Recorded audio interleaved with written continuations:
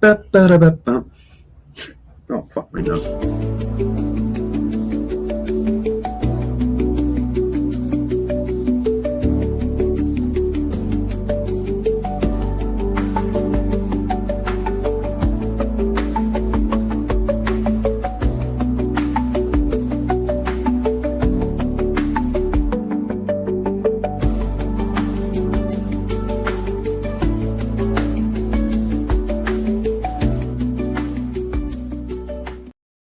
Hello, welcome everyone. Hello. Welcome to Proko Live. This is I am Christian, and I'm here with Rembert. I will be answering questions for Rembert while he draws in perspective. I'll try trying to teach this time. Oh yeah, you know? teach. I'll try to like I'm not just gonna sit here and try to make attempt to make a nice drawing. I'll mainly be trying to teach.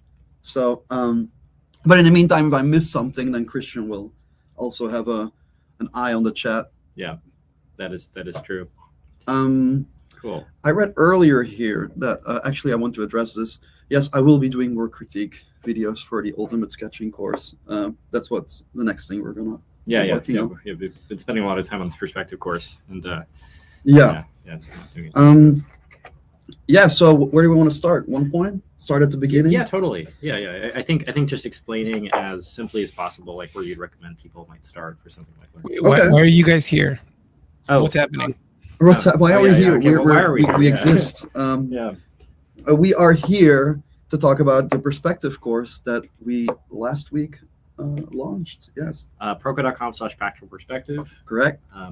It is. Well, do you want to explain the? Yeah. So the goal of this course is so as you see, I was drawing here a little bit.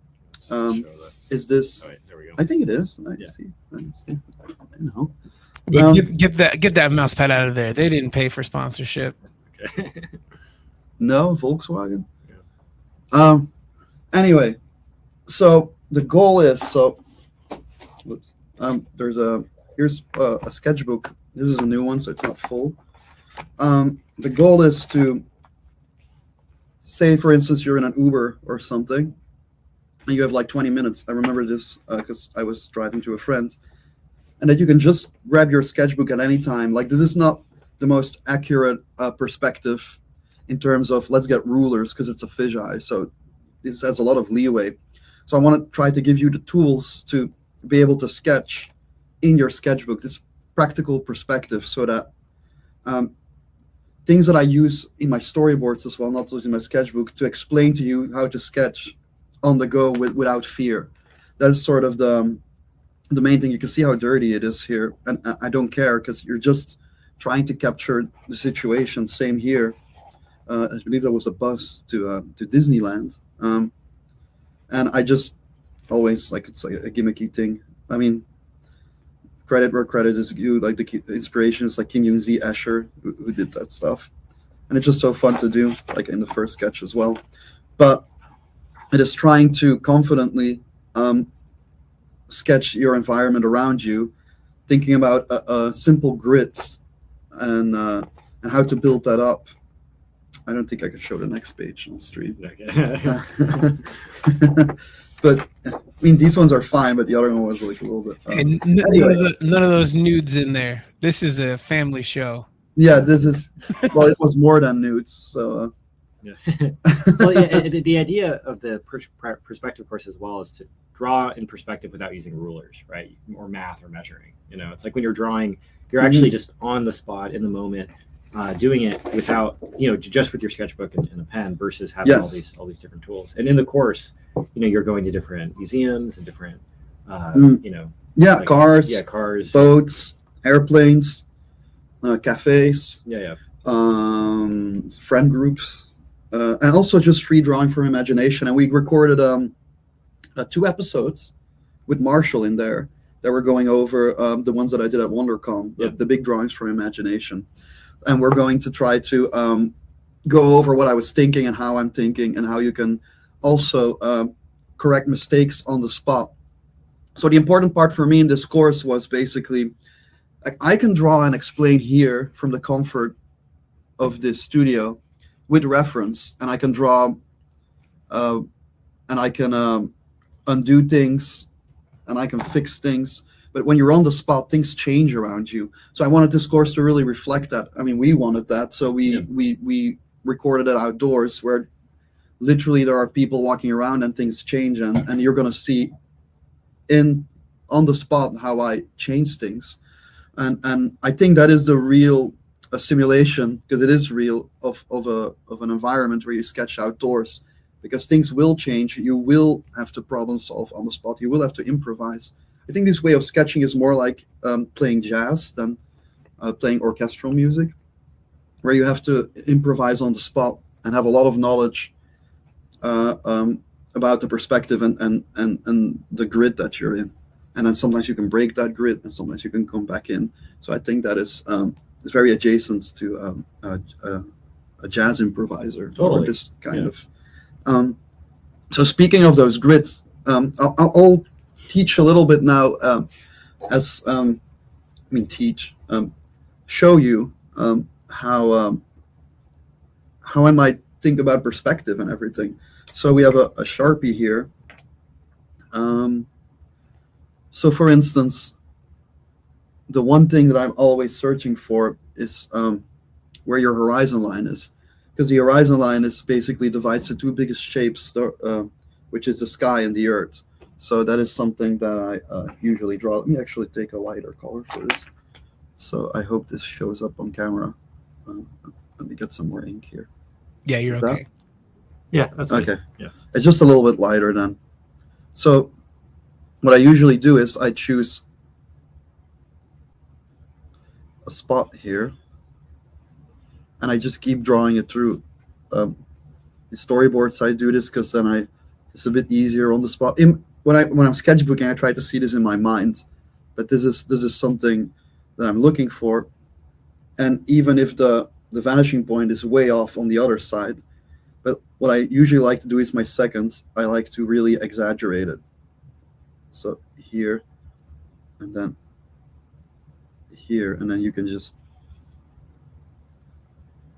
and get them shorter the more they move towards the horizon. And then for the third one, it's just then I take an extreme here. Say we're gonna look down at the scene. We have one, and I try to see it way off camera one, and I put my other limit. And then here, and I try to just make them go smaller.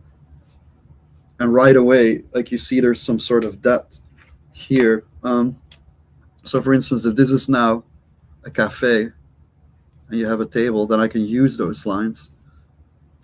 Right now, this is not a fisheye yet. I'll go over that in a few if you stay tuned. And right now, I can pull out a table and chairs.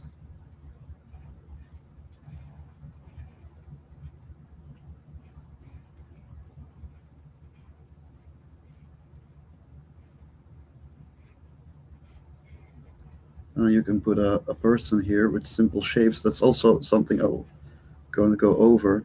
And he's sitting here, and the importance of boxes.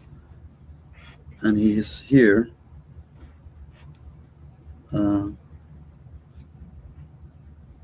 Holding a drink. And then here we draw through. Place his feet on the ground. You see me draw through these shapes here.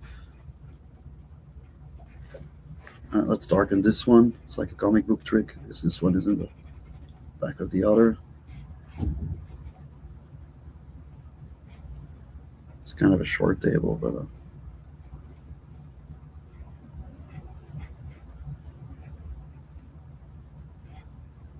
and then here you can use that same logic to draw another table.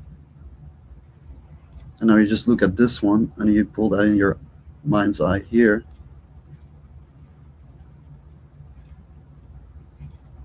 And then you can pull another table. And then here there could be the waitress.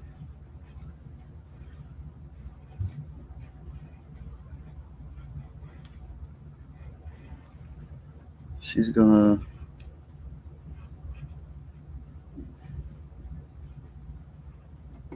bring, let's see, a couple more drinks here.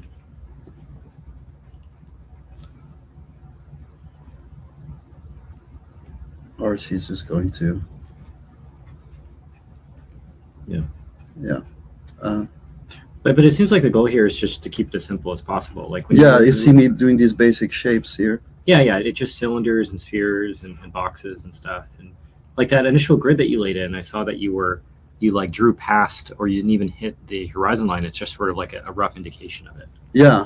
Like you're making mistakes, or quote unquote mistakes, as you're doing this, but they're not necessarily breaking the system, or break the system.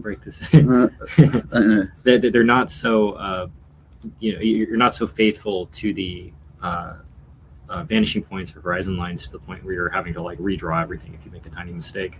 No, and then we'll use an angel. See,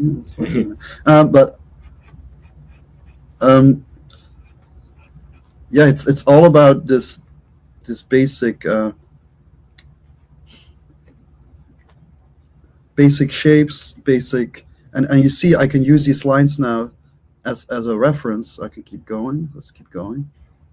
So this is a 3-point perspective, but you see how I build it up, and now I'm just using these lines as sort of a guide to.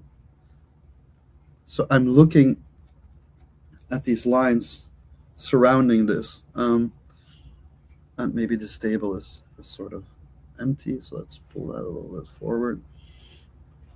But I probably could do this without the construction lines, but then you wouldn't know what I was doing and how I was thinking in my head.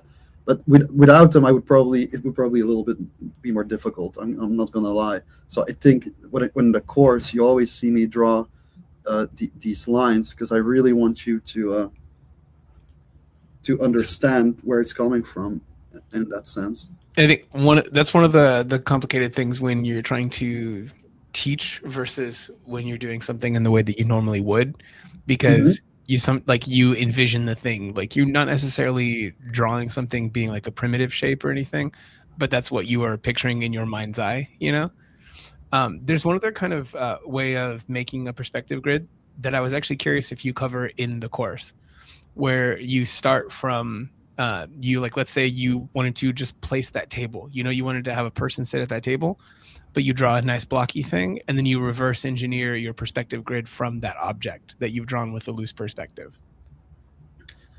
Yeah, so you can do it both ways. So for whenever you draw a corner or pretty much anything, you're basically indicating all the vanishing points already. So what you could do is to reverse engineer that.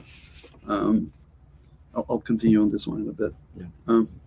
So say I want the table this way. I want it my way. That's I want it. Yeah, the Britney Spears. No, it's not Britney Spears. Backstreet Boys. Backstreet Boys. There you go. So what I do is I draw the corner of the table here, and then I choose. For instance, let's go a bit further. Like way here, right? And then I go like way this, and here is the horizon line. So in a way, if I reverse engineer this now, I can just go from here. But I wanted the table this way. That is not. So sometimes you can be a slave to the perspective grid, and then here is your horizon line, and then we reverse engineer this. So, but you can do this in your mind as you're sketching. This is usually what I do. And then it's like, okay, here it is, here. So you're all doing this in your mind as you're sketching. And then you have the second one. Okay, and so now we know our horizon line. If we continue pulling this through to right, oops, here, no rulers, you see. But then you can here, and now we figured out that one. Okay. So by this knowledge, with this information, we can like draw the second table, which would be huge here. But And why is that table huge? because of the perspective distortion. There you go. But the whole concept is just based off that. But this one would be smaller. See? Yeah. And I can just do it here. Well, if you wanted to shrink it, you would move the vanishing points further apart, right? Yeah. So I'll do a less extreme version. But now, again, we can do it. As I said before, we can reverse engineer stuff. So now I choose this, right? So now we can just go from this vanishing point to the bottom here, draw a straight line. So since I chose that now, and this is my one extreme, and here would be my next, right? So now I work in these limitations. This, if I were to pull this all the way off the page, I don't know if this is going to work, but then in your mind's eye, you should try to see where they are going to. And then here you can safely make the assumption of the middle one, right? Because you have these two, and then it's easier. So then in your mind's eye, you can just, okay, then I draw this one in between here, and this one in between here. But you have to sort of think that in the limitations of your sketchbook. Yeah. And it seems like the whole thing. And now, yeah, go ahead. Sorry. No, that's cool. Okay. Go ahead. And now you can, I mean, if the table here stopped here, right, then, or boxes or whatever, now you can go here. And it's all about, you see, like, I mean, it's super distorted now, but like same for here. And then that one goes all the way there. And then here, you just decided it to be there. And then there. Anyway, like maybe here you could see a little bit of that. But that's the point. That's like more of a forced. What was the other one? Okay. Would you guys like some more paper? Please. Yeah, actually. Okay. It might be more useful. But. Yeah. I'm trying to be resourceful and draw stuff on the back. Yeah, like your sketchbooks. No, I'll bring you guys some more right now. Thank you. Yeah, but it seems like the whole system is dependent on you establishing the vanishing points first. Yes. And kind of everything is built within those boundaries. Because right here, if somebody else is sitting here, right, like I want to continue working on that drawing. So this is basically what we are doing in the course as well, like me explaining, like, okay, here's a grid, here's a strategy, or how I would think about this, right? And here also to foreshorten people, because you see here, this person is sitting, so he's at this eye level. It's not at hers, but he's sitting. So that means that right here, because here's the vanishing point, the other person is right here from this one. So it should be on the same, if these people are the same height, that is, right? There are a couple questions in chat that might be worth asking. So yeah, somebody asks, how do you keep other characters right in proportion relation to the eye level?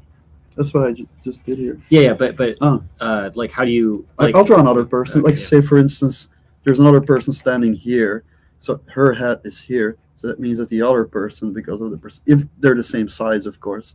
So that's always a caveat.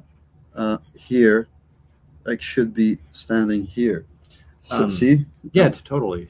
Well, and it seems like the goal is to like once you can draw a singular box in perspective, it's all about trying to create a bounding box that these characters are existing in. Here's another character, which would be very small here.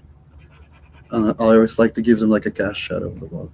Yeah. So suddenly this room is vast because the perspectives are so pushed. But we can keep drawing tables here now, see? So that's the beauty. The hardest part is always the first, your whatever you draw first is the hardest, because you're setting up all the points. Right. So the first thing you draw is always the most intimidating. Whenever you see me draw in the future or in my sketchbook or whatever, know that the first thing I draw is the most difficult, because in that first one there's all the pressure. So even if I draw, say for instance, something mechanical, is probably for better, a motorcycle or something, right? So let's just draw a wheel. The good thing about ellipses is the first one you draw is always right. So here, let's try to draw here. That's one wheel. So, for instance, here, see this corner now of the wheel here, right? I decided something here. Here too. We can go make that go more up. I know you don't see the box in that right now, or maybe you do. Hello. It's paper. Thank you. Enjoy. So see here, and here. Okay, cool. Thanks. If I were to pull these lines together now, then the horizon line is right here, right? Does that make sense? Like even on a round object. Yeah. So now I know if I continue pulling this, it will be here, be pulling this, and here too, vanishing point here. So now I can just use this line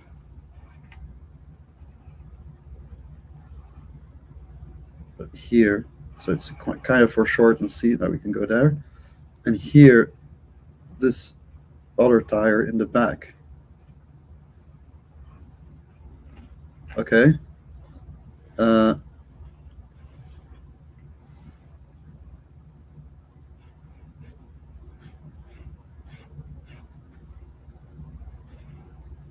And here, see this, even though this right now, and these handles, and here, here.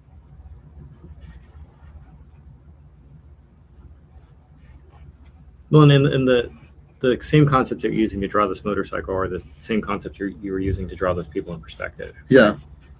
It's just starting with that bounding box, and then that informs Add a cast shadow on the bottom. That will always. the rest of the shapes. And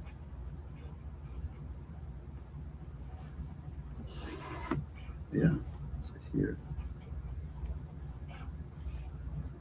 and there's probably some lighting there, and then on top of that, you can even right now with that red.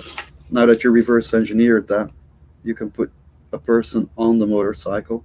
Since we did these, and now we have our vanishing point. So let's do this with another color. I don't know if this is clear to everyone. But. So now we reverse engineered that. And actually I see even the shadow on the ground. See, I can correct that a little bit. It can follow that perspective. And I always enjoy, see how I hatch? How I hatch this. So you can follow the perspective as well. Remember, I actually have a question for you.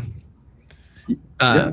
There are a bunch of questions in the chat, but I don't know if you guys want to tackle any of those. But I'm curious, as a person who draws more loosely while you're doing something in a sketchbook, or for your work doing storyboards where you have to work quickly, how do you actually balance doing something like quick hatching inside of something in a busy drawing where it doesn't look like it's actually unintentional detail? And so someone can actually look at that hatching or the messy shading. Do you bother with that, or do you just plow ahead? I try to not shade as much lately anymore. I try to just keep it clean lines. If Is there any afterwards, particular, what's been the motivating factor for that? Like, why do you want to try to do that? because it's faster. You can spend a long time hatching. Like you can go on forever. Here, let me quickly put a person now here, because we're looking up at them, because here is the horizon line, and anything that is up the horizon line, so if there was a building right here, right here, and if there was a terrace on this building, then so you see me constantly referring back to these points. and we're looking at the bottom of that terrace, right? But if there's a street here, so let's actually put her or him in the street, and there's a pedestrian here, right? Then we see of course, the top planes, right?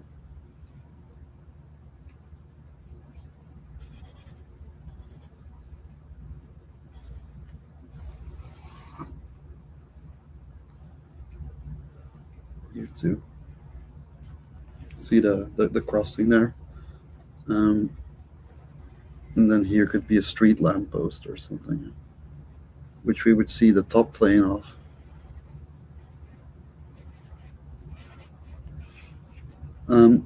But then again, here it would be holding a motorcycle, and here we would have the hips here, and then here would be its legs.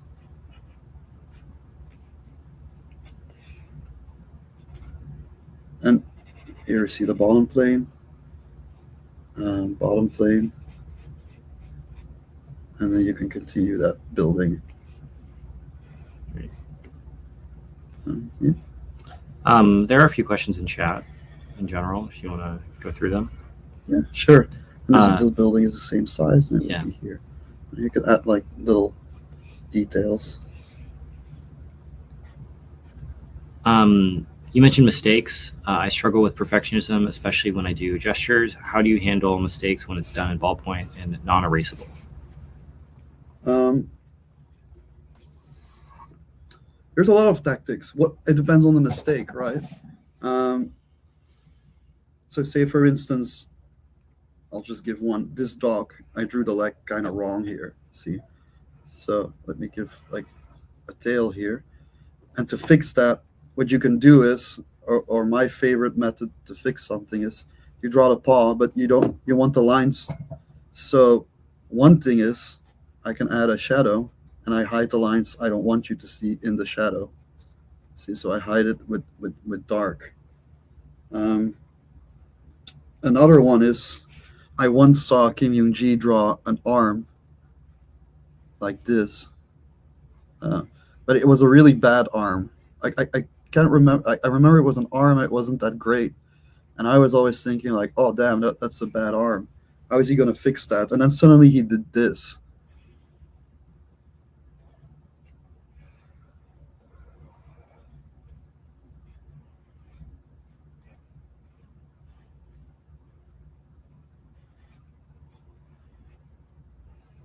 He started to draw this panther.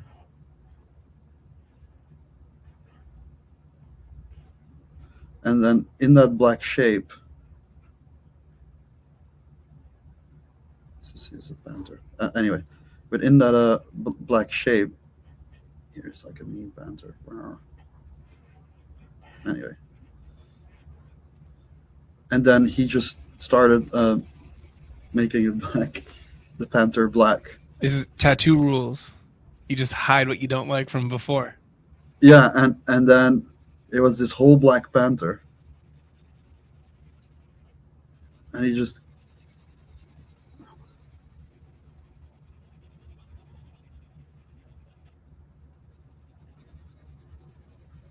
and that was a way that he hid a mistake. So tried to.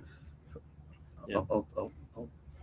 Yeah, I remember him saying once that he's making mistakes all the time. Yeah, like no matter what. It's just smart in how he covers it up. Yeah. I'm sure if you were to go through and analyze one of his drawings, you might be able to find a lot of mistakes if you're being really, stringent or strict about correct perspective.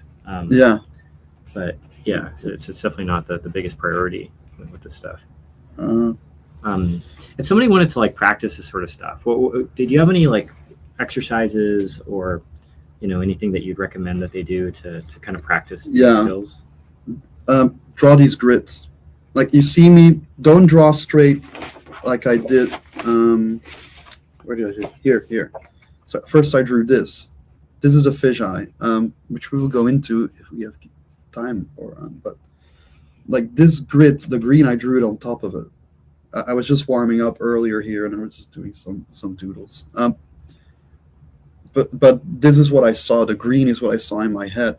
So I would practice. First of all, I don't like the word practice. I rarely practice in my life because I just want to do drawings that I can have fun doing. And I think the more fun you have drawing something, then it will not feel like practice, and you'll actually be motivated to draw more. And the most healthiest thing you can do for your progress is to be motivated to draw more. Yeah, the drawings that you do in your sketchbook and stuff, it's technically practice, but it's mostly because you actually genuinely want to do it. Right? Yeah. And also, don't try to draw the perspective that you see in life. Like in front of you. If I were to draw this, it's mostly going to be flat, right? Right. So you have to, you can build these grids. These grids are just templates that you can draw from life from on that template. Right. So you will actually never draw the perspective that you see in front of you. You're inventing the perspective. If that makes sense. Yeah. It's like if this were a bar now. So for instance, here's the door. And now we can use whatever was here on the ground. So now we have a room.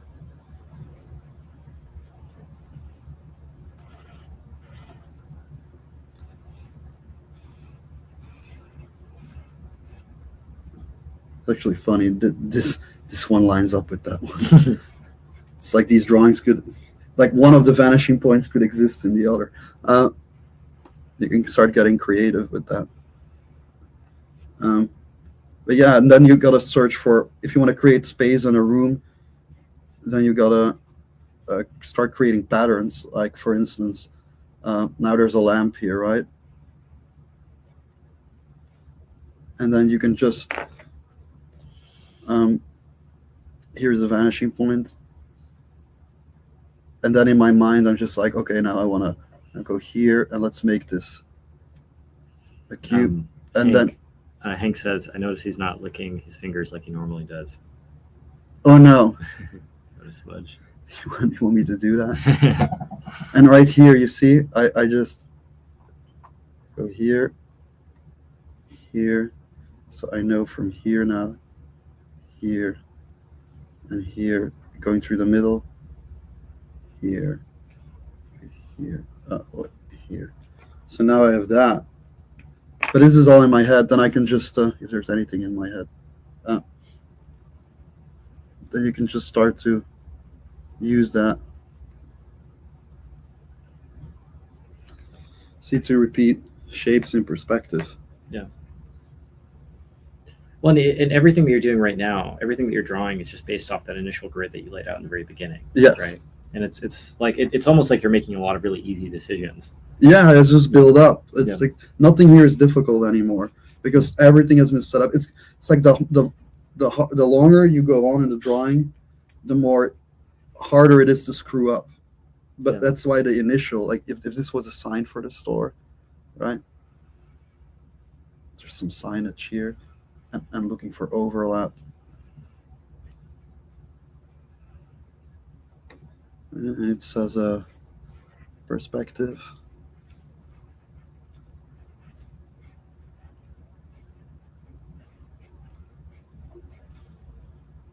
Let's see, product placement. Of course. Yeah. Well, and you know, like if we were to take a look at your sketchbooks, for example. Be careful for that one page. Oh yeah. I'll keep an eye out. That's the one. Yeah, I see it. Well, for this one, for example, it's like a lot of the same concepts that you're using here. It's just you're adding like calligraphy, you know, you're like line weight and all that stuff. But if you were to go through and can you bring that up a little bit? Yeah. Oh, just Thank you so much. Don't smudge or anything. But if you wanted to like go through and just add, you know, line weight and you know, do a grid over the top of this, it would look very similar to this one that you've done here. This one might just take longer just because you're like being very intentional with the lines, right? Yeah, and line weight and stuff. I haven't got into line weight, but basically the simple thing you need to know about line weight is that things in the foreground are much fatter, Yeah. thicker in line. So if there was a pillar here in this store, right, like here in the way in the foreground, like this line weight would be, I can make it this thick, especially because this illustration is so big, right? Here, like same here, like we have this pattern here on the ground. See if I draw a couple more like that, then there could be like tiles or whatever. See how forced this perspective actually is. But it's cool. I like these sort of pushed perspectives. Like my director at work, he's always like, "Why does everything have to be so dynamic?" It's like, so it's fun, man. It is. Yeah, well, for your professional work, for your storyboards that you do for games and stuff, this is the same exact thought process. Yes. Right? No, it's exactly the same. Yeah. That's why I love sketching so much, and I love the job that I do because it's all the same. Right. Well, and the goal of the course, right, is to like explain these concepts in the context of like different circumstances. So you're drawing boats, you know, and you're actually on site, you know, trying to figure out how curves work. You're at the zoo, drawing more organic shapes, but all with, you know, the same ideas in mind. Can we talk a little bit more about the course there then? I think it's a good spot possibly, because we do have a couple questions from people in that chat about the course, and it could be a good time to say a little bit more about it. Okay. One of the questions that we had here from a person was asking, let's see. All right, would you say that the practical perspective course is a good continuation after the ultimate sketching course, or does it depend on my art goals? Yeah, I'd say so. I mean, it depends on your art goals, but I think this ultimate sketching course, the reason why in the perspective course we do a lot more mechanical stuff is because in the previous sketching course we focused a lot on humans and anatomy and like building a scene sort of, but there wasn't much about perspective and mechanical. There were some lessons about perspective where I covered these basics, but in the new course we're actually going outside and drawing from life, so you can really see how I'm thinking if I'm there on the spot and problem solve. But it's much more focused on cars, planes, boats, more mechanical, a little bit more mechanical stuff. Yeah. And why that focus for the mechanical stuff? What? Why did you guys choose the focus for the mechanical stuff? Because we saw that wasn't addressed yet in the previous one as much. Yeah, the ultimate sketching course I'd say is really good if you want to get. It's better for beginners and better for people who are interested in maybe drawing characters or just getting started in sketching, whereas this is sort of continuation on like, okay, well, if you want to start placing your characters in scenes, if you want to start doing illustrations or storyboards, this is sort of the next step that I would recommend that you do just to kind of start developing those skills a little bit further. Yeah. And can you guys talk a little bit more? I think, like you said, that there were some different choices in this one to address different subject matter. What are the strengths that you think are that are inherent to the things where you're going out into the wild, you're drawing stuff out and about, and then these other mechanical objects? Like, what makes having those things in your practice in this course a good idea in counterbalance to the ultimate sketching course before? Yeah, I think that the ultimate sketching course, a lot of that stuff is done in isolation. So you're drawing arms or legs separately, and then you're kind of combining them towards the end. But this whole course is keeping in mind, like, how do you put everything together practically when you're in the moment, you know, at a coffee shop or, you know, at a museum, and you really want to sketch. I think that a lot of courses might focus on drawing things in isolation, which is really good and really valuable to do. But this is more so focusing on putting everything together, and again, in a very practical way. Like, again, without measuring, you don't have a lot of time to go and sketch something. So how do you depict a scene well and accurately and representationally while also making it look cool within, you know, an hour or 2 hours that you have at a museum? Or just even if you have 5 minutes. Yeah. Like I always encourage people when let me finish this building because it's weird. Well, I think that a lot of people fantasize, and I know I do too, just about this, like, you go to a sketchbook or you go to a museum and you're able to like sketch things accurately from life, but it's like, if you're only ever drawing in classes, then you only have 6 hours at a time. Or if you're drawing with keeping in mind that you might have 6 hours to draw something, it's going to be harder to translate those skills to like a little 5-minute or 10-minute sketch. Sure. One other thing that I wanted to bring up, we had a question here that was about the workshop. So there is like the ultimate sketching course before it. Mhm. There is both this course that we've been talking about here that you can buy for 20% off on proko.com/practical perspective. It's currently on pre-sale right now. Go pick it up. But you can also at the same time possibly get the live workshop version of this course. It's a 6-week condensed kind of idea of this course, but can also operate as a companion to the course. For that workshop, what will people get out of those 6 weeks? And then I hear that there's a way for people to kind of get that almost for free in a way if they buy the edited course. Oh yeah, so You can explain that part. yeah, I'll yeah. explain what we'll cover.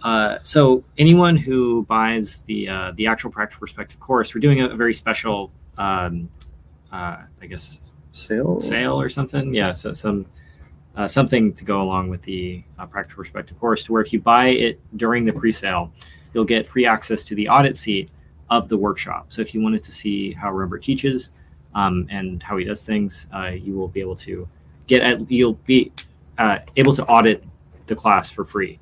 Participation seats will still be available if you want to get one-on-one feedback or like actual drawovers and stuff in the workshop, but the audit seat portion is going to be free for, again, the duration of the pre-sale. It's like $150 value. So, again, it's sort of something we're trying out here just to see if people would be interested in that sort of thing. Well, the thing that we'll be covering is I'll literally draw. For this one, I'm going to try to draw traditionally, and I'll just draw scenes like this, grids, scenarios, and I'll go over 1 point, 2 point, 3 point, fisheye, and I'll just draw scenarios. And it's like, look, if I were to draw this, and then I want you to draw that as well in your sketchbook, these grids. So we'll just focus on grids. I don't want you to start out drawing entire scenes unless you want to. But it's just focusing on these grids so that you can use them, but not in a boring way. Like it's more like I'm doing here, but we'll go much more in depth in like why I'm choosing to put the vanishing points in certain positions and how you can move them and how you can use them for storytelling effects as well as much more going in depth. And if you make a mistake, I give you lots of strategies on how to fix those. Yeah. Well, and again, it's like the focus on the practical side of things. Yeah, I mean, if you would put a ruler or a mat grid over my drawings, then they will be wrong. But it's not about being wrong; it's about it feeling good. It's like one of my favorite quotes. It's probably wrong, but it felt great to me. So, and most of artists, like I never got anyone looking at my work and saying, "Hey, that perspective is wrong." Just more like, "Whoa, that's very pushed" or something. It's all about the feeling it gives you and it being correct. That's sort of. I mean, the best part about it is even if someone if they came up and they're like, this perspective is wrong, or this is like way too crazy, there's no like practical use for this in a normal setting, you just go, I don't care. I like it. I don't care. It just doesn't matter. Some people are asking about how you access the audit seat in the actual workshop. When does the workshop start again? End of next month. End of next month. I guess we'll have to find the exact dates, but we will give you access to that portion of the workshop. Yeah, there are 2 ways to access this. If you're okay with me stepping in here. Yeah. Go ahead. So if you're a person who gets that audit seat for free, or if you purchase it outside of the window of when it's available for free with the pre-sale for this course, you will be able to either access it while it's live, while it's being while the course is actually happening on a Discord server that you get access to on the course. There's just a little there's a link on that course page for you to get into that Discord, or all of the VODs of those lessons also end up as lessons on the workshop course page, so you can view them at your leisure or view them live. It's just like you said, as an audit student, you don't get to ask questions during that. That's for the people who pay the higher amount that get the more one-on-one direct, like verbal experience. Yeah. And feedback. Yeah. I guess that's it. Yeah, that's all. Yeah, that's how it works. I'm just adding more people here. Yeah. You want me to go? How much time do you have left? I can go over fish. Are we? So, Stephen, We've are we been going here for 45 minutes. A typical stream is usually like an hour and a half to 2 hours.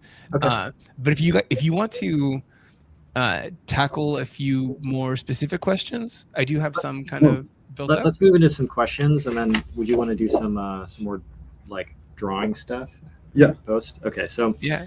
If you guys hang out here long enough, maybe I'll convince Rembert to share that clearly not safe for work page in his sketchbook that's in there. Is he allowed to do that?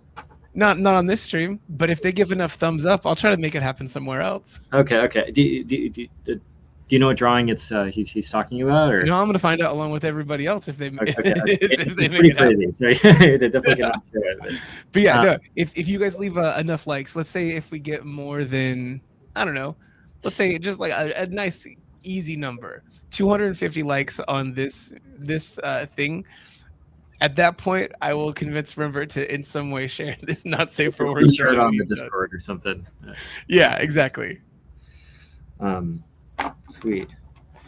Somebody asked earlier on. So you can. They're asking about vanishing points. Mhm.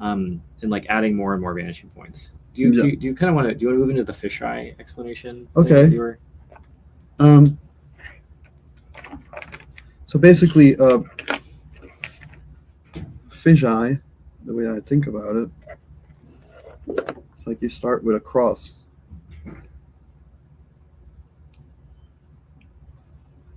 Like this.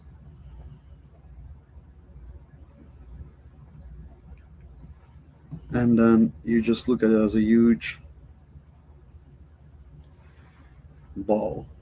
Right? That's your lens. But I don't like... Is that what's on that page? What? A huge ball? Is that what's... Yeah. Is that what's on that not safe for work drawing page? there are... Maybe. So here, then you just keep drawing lines.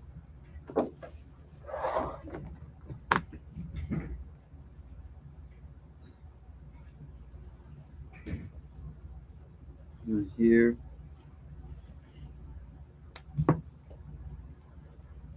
I heard you taking a picture. I actually got a nice scan of it.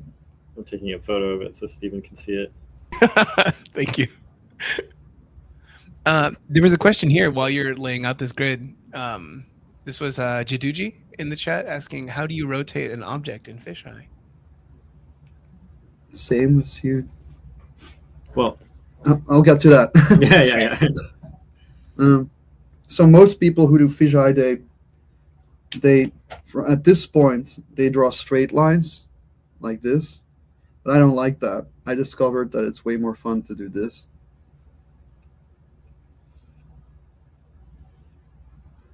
Like the spiral. I always like the spiral, Christian. Spiral. Does that track? Yeah. I spiral. That's the story of my life. And because you, and now you can just basically draw anything in there you want. I hate drawing boxes, but I'll just draw with a box. I don't hate drawing boxes. I just think it's like, then it looks like an art tutorial. And even though I am teaching, I said it as well at some point, like I don't.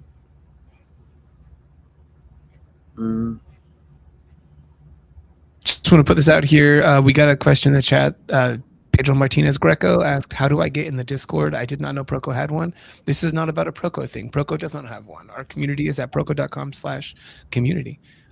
This is about a Discord that is exclusive to Rembert, where live teaching can happen, as well as some community stuff. But right now it's primarily for the live teaching. Is there a public link to it yet, Stephen? There is not currently. Yeah, I think especially like right now here at the beginning of the course where we're gonna have people funneling in, maybe we'd be kind of selective. But you know what? After the pre-sale is over, let's do another stream and then we'll have just a public link to it that we can put out there. Perfect. Yeah, sounds good. And then Jaruj, I don't know how to pronounce your name, but is there any condition to this spiral? Like they curve out of the cone of vision. Well, it seems like you're just following those initial lines that you laid out in the very beginning. Just those you're following these. You curves, can, right? but then they'll just keep getting more and more extreme. Yeah. So see, and that brings me into another thing which I like doing, is especially with fisheye. Like I like to, from here, right, go.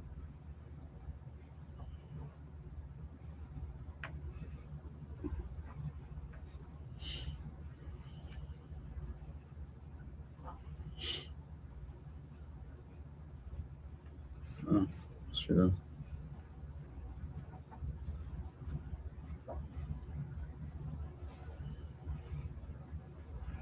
Yeah. You go into another fisheye, so you can keep linking them up. Could you maybe draw a diagram over that just to Oh yeah, this one is kind I of. think I actually have one. If you guys want it, I have one of yours from the course actually. Yeah, like you can keep doing fisheyes. So, for example,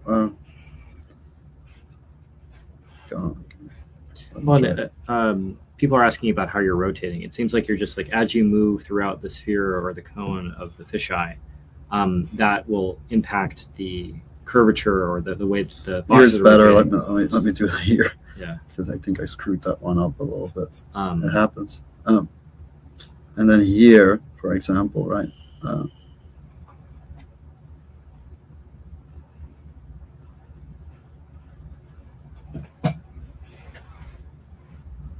Now I gotta think about it a second.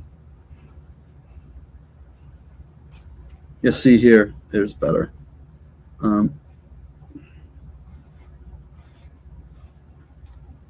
Here, I've got this this diagram. I'm going to go ahead and share my screen for you guys. All right. So I've got this one. This is from your guy from the course. Oh yeah. It was infinite fisheye loop.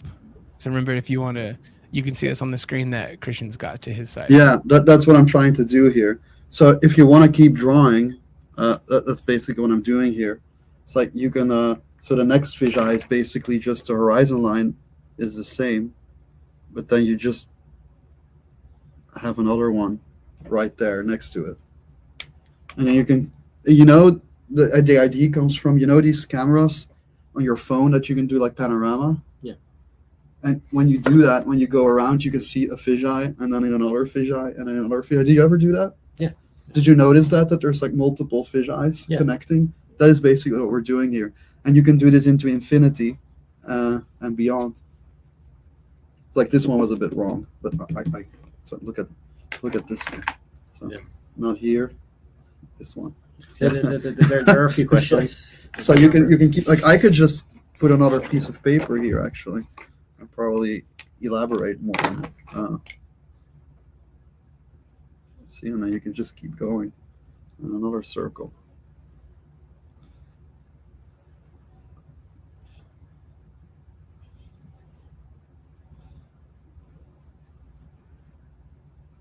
All right, so I think there's one question here that I think exemplifies a little bit of where we can explain a little bit more on this to make this make more sense to people. All right, so this was Cedric Ulrich in the chat asked, should they connect with the corner of 4 center squares inside this circle or sphere? So that's the thing. These actually do. You can connect them, yeah. Yeah, so like remember, if you don't mind, these ones they go together. Actually, they hit each other. Yeah, can you illustrate? Can you draw a circle that goes from the center point of one circle across into the circle of the other next to it? Like from the center point of one circle. So there's actually another circle that is happening from the center point. Into here, there's another one. Yes. Or sorry, horizontally. Like basically, there could be like a Venn diagram, a circle in between those two, and those things would actually still line up. Rake is here. Oh, hey, Rake. So, like here, you can do another one actually. That's what I mean. Yeah. Yeah, you can do another one. So why you would do that one is to answer a question of someone earlier. What do you do if there is now an object in a different perspective here, right? So, for example, this one would be that. But the horizon line has to stay the same. Your horizon line is always the same. Else it's like you cannot be at multiple places at the same time, not even in a fisheye. So, for instance, so this one here, I have to.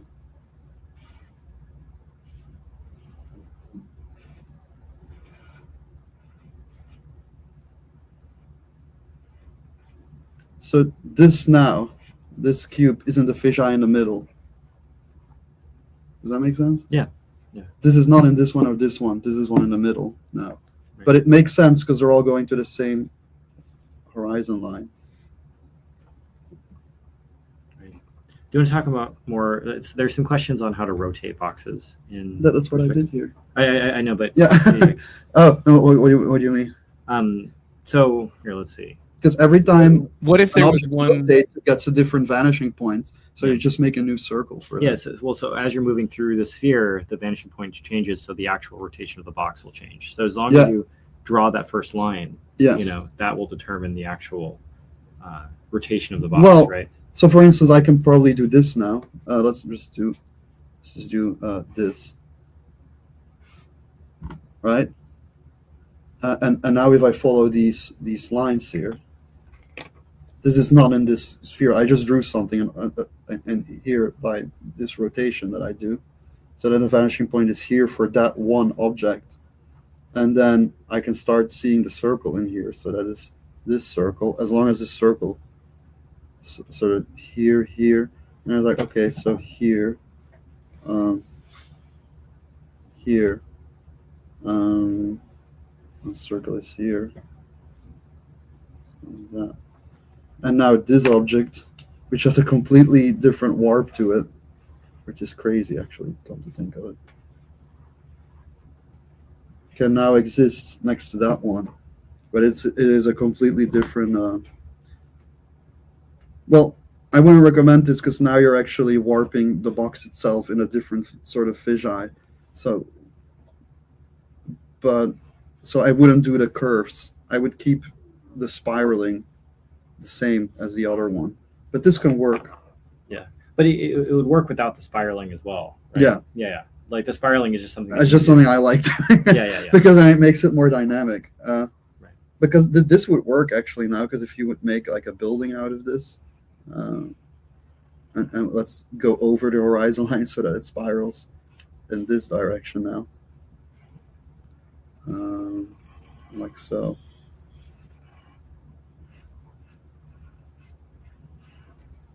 You can really warp it, and this one stays the same as it was in this one. So now you can go to this one. So you can do all sorts of crazy stuff because these now are still in the same spiral, but you get this really crazy if you just keep exaggerating this. So now we're going like underneath this and this one.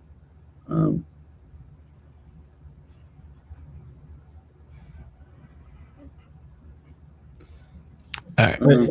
But we have there's one question here that a person is asking.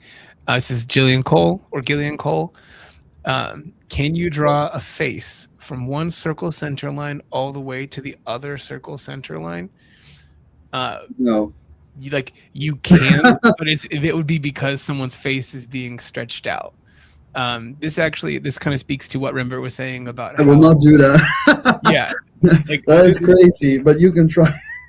Like the reason that you wouldn't be doing this is the reason that Rembert was talking about earlier, about how if you take your camera and you take a picture with it to do the panoramic, that's essentially like if you do a really long panoramic, that's like two of these spheres next to each other like this. And so you would have that much depth for the whole thing going around that way. So you'd have to be either incredibly close to the person's face to make this happen, but then you'd still have to be incredibly wide as well. So you can. It's not going to be realistic for anything. If you have a phase that is as big as a horizon, Exactly. That you can 180, what you can 360. If Yeah. your face is basically, if you're Galacticus, you could do that. How's that again? What's that name? If you're Galacticus from Marvel, because Yeah, he's like yeah, as big as a planet so or big, something. Yeah, right. Yeah, Galactus's face would be big enough for this. So you can actually do it.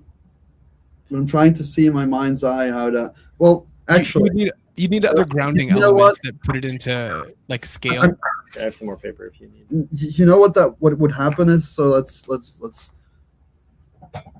do like 4 fisheyes next to one another. As long as your horizon line is in the middle. 4 fisheyes is kind of like breaking reality, right? Like No, 2 yeah, fisheyes is a full it's like a 360. picture on your phone, the panoramic. So this face with God, why are you? Who asked this question? It's just a troll. Like that. Rembert is teaching perspective or being frustrated about perspective in the way of like the bad guy from Home Alone. Frickin'. You mean a face, right? Uh-huh. I think an important thing is to establish what a full sphere in this perspective means, you know, like in view. Well, at the same time, it needs to like. But you're talking over multiple fisheyes or in one fisheye. In one fisheye, it's easy, but in multiple fisheyes, basically what it would look like, the face is just like.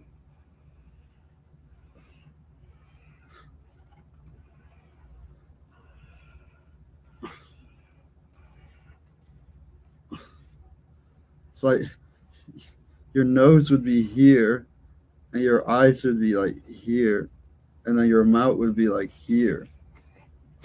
I'm not even joking. That's what it would look like, and then your ears would be like in perspective here. So it is possible. But, yeah, good luck drawing that. Yeah.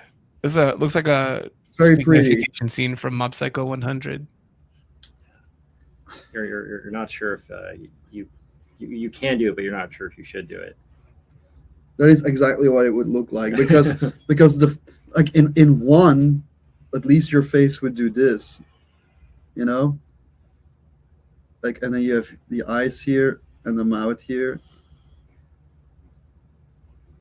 and then your nose would be here.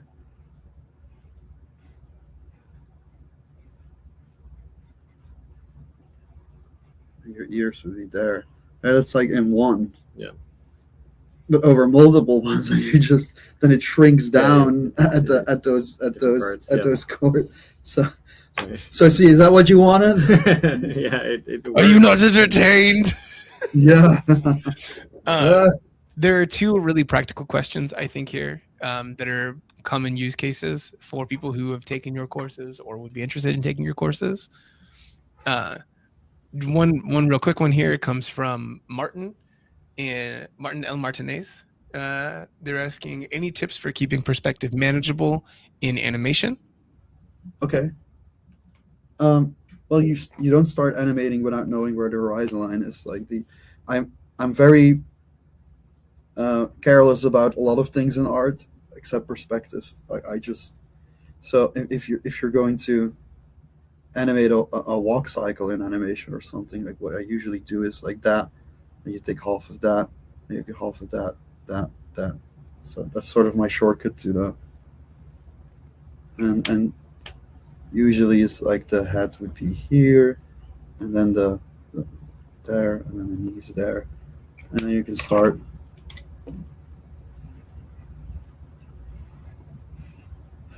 He's walking.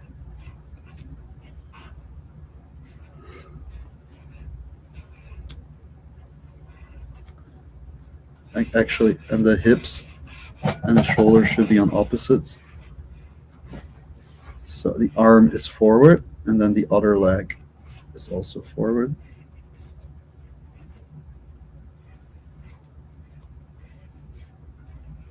And then here you see that I do like this line here. That's important for me to have the feet on the ground.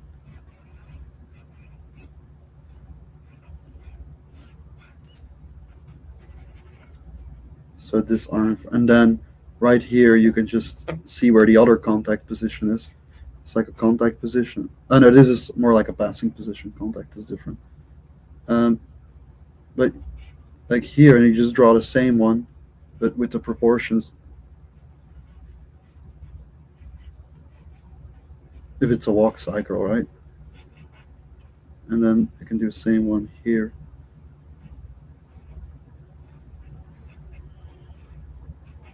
And the same one here. And then here I would put, if that's the up position, then you go down, and then in the middle here, I would do the contact position. And contact would be like that. And then you just repeat. And that's how I would animate a walk cycle, like using perspective. Right. And if you want to animate the shadow that goes with it, and you need to draw the perspective in this direction, because if you're walking, see that, like your shadow also has to be animated when in perspective. So for instance, I can follow that, and follow that. Yeah. Like it should also be in perspective. Yeah. So perspective is basically.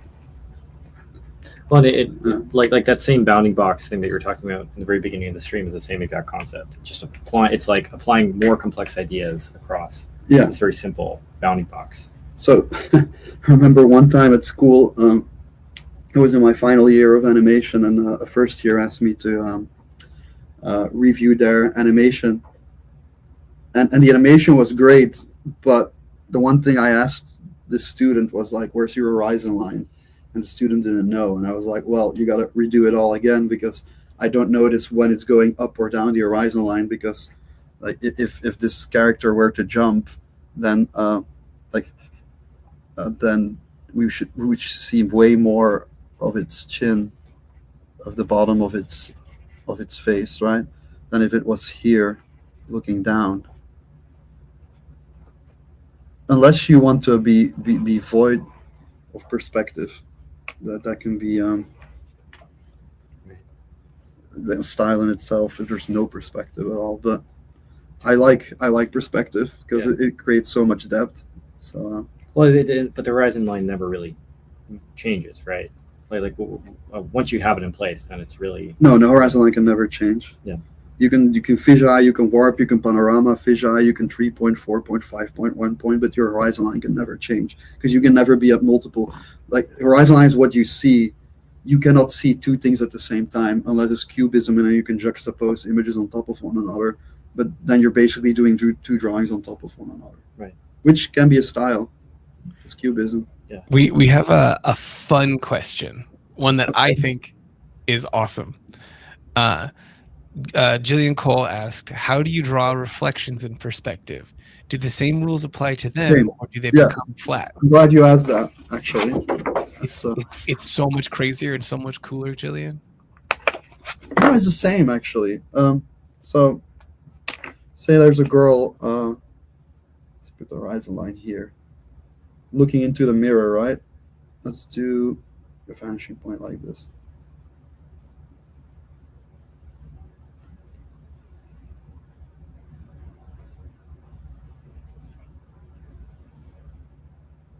That's the second one here. Let's go for something dynamic again because it's my stream and I can do whatever I want. So. Hell yeah, brother. Yeah, take that. But it's actually Proko's stream. Stan comes in here and tells me not to draw this dynamical stuff. So what was I saying? Okay, and now let's do the final one.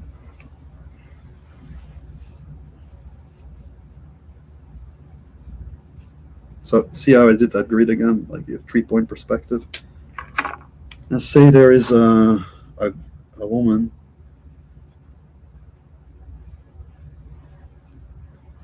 Like this mannequin, I explain in the first the first course that I do. That is not something that I explain in the perspective for drawing people. Just a heads up.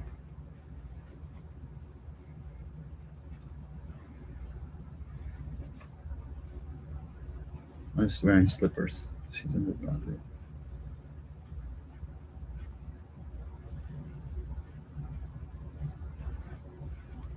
Anyway. And here is this person. She's putting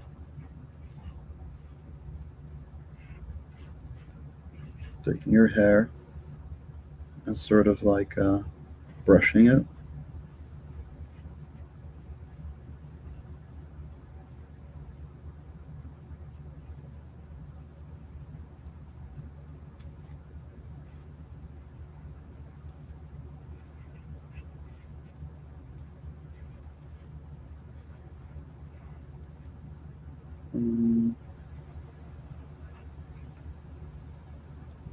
Let's give her a T-shirt or something, you know. This is a nice show, family friendly. For the other stuff, you should check out Reich's work if he's still here. Yeah, he's awesome at that stuff. All right, the shadow following the perspective.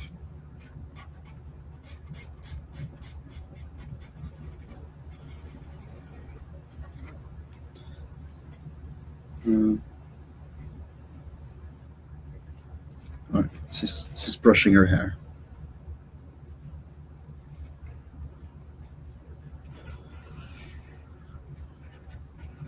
Brushy.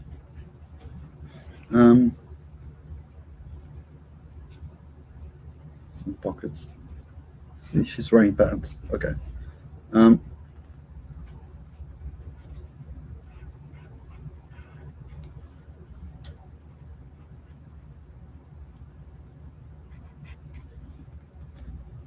Here now is a large standing mirror.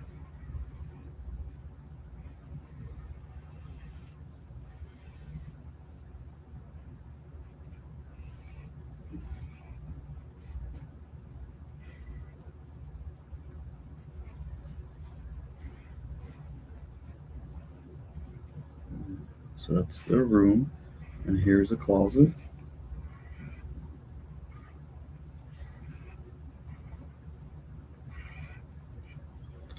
With a vase with some flowers. Okay. See, I'm getting sentimental here.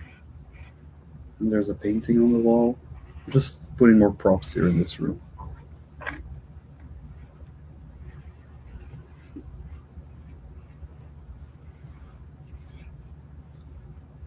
And it is a painting of a nude Christian.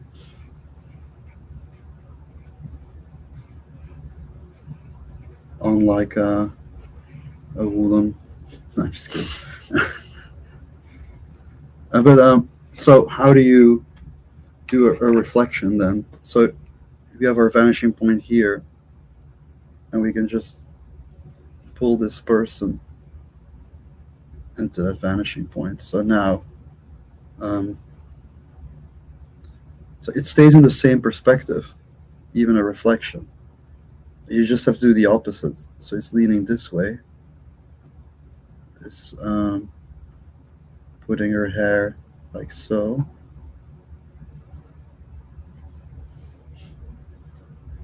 That actually should be this way. Oh my God.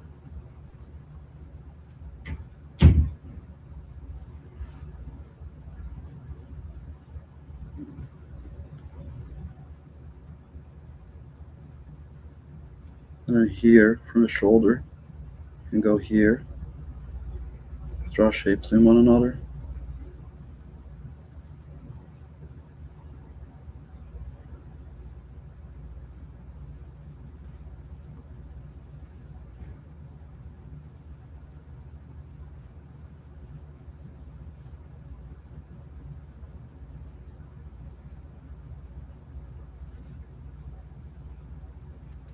So that's how you would do a reflection. Yeah. I mean, but again, it's just using the same exact principles and concepts of just the horizon line and Yeah. points and stuff. Like, it's not like you're using any new special tricks No, to try to do that, right? I am not. It's exactly the same. Nice. I wouldn't do it this sloppy if I was doing like a drawing, but it's like I'm trying to teach a little bit more because last time I was just trying to do a nice drawing and people had questions and it's like, is the course going to be this way as well? Like, I'm just being silent and drawing. So I didn't want that to be the case here. When you're drawing in this way where you're drawing these scenes, are you mostly drawing in 2-point? Actually, I did this horribly wrong because her head should be here. Yeah, it's better. See, because she's here and the vanishing point is there. So it's actually here. So, yeah, like that. But the rest was right.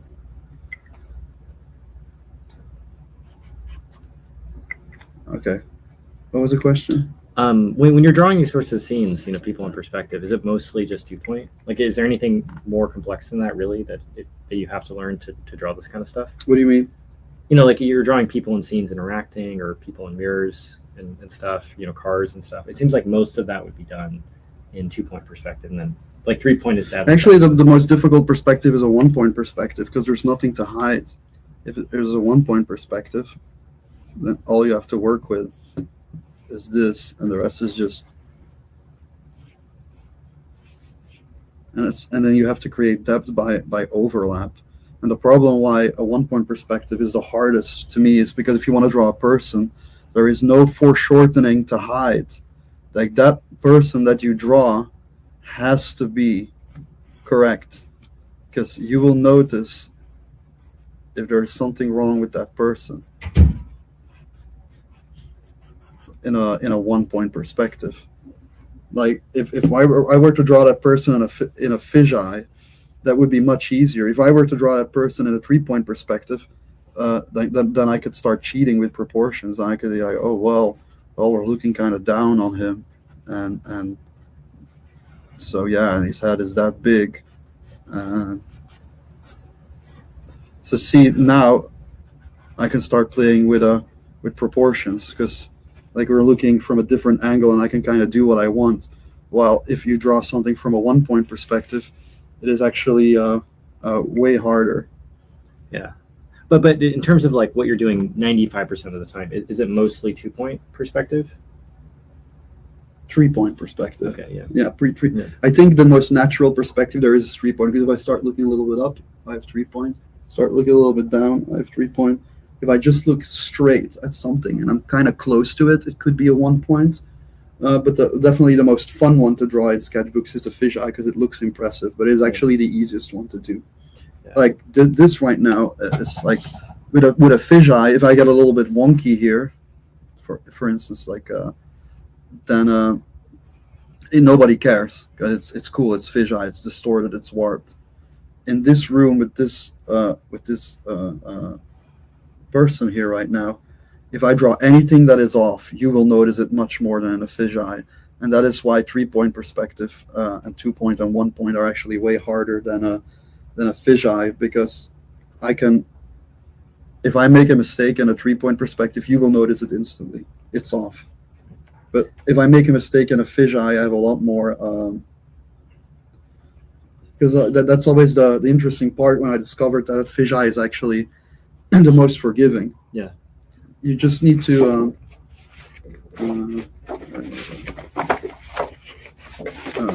where's the fisheye? Oh, here. Yeah, like see, like I can start doing weird stuff. I can start combining things, and nobody will care. Yeah. There are a couple questions from chat. Here as well. It's actually, like, it's just, it doesn't matter. Yeah. But yeah. Sort of related. So this style X asks, so we can always tilt objects, changing all the vanishing points, but always keeping the horizon line. Yes. That's right. Correct. So you never change the horizon line. no matter how complex the perspective gets, 5 points. Unless you want to do cubism. Yeah. When you start getting abstract. Yes, stuff, then it becomes abstract. Yes. Yeah. And then Jillian asks, how do you decide creatively the number of vanishing points to use in perspective? Is it based off the story or the feeling you want to convey? Yeah, depth. If you want to, fisheye gives a certain feeling of like you're falling down, like whoa, what's happening? It's like you're drunk, it's warped, it's stylized. Crazy, it's stylized because your eyes don't see that. Well, in the course, you mentioned a little bit about the guy who directed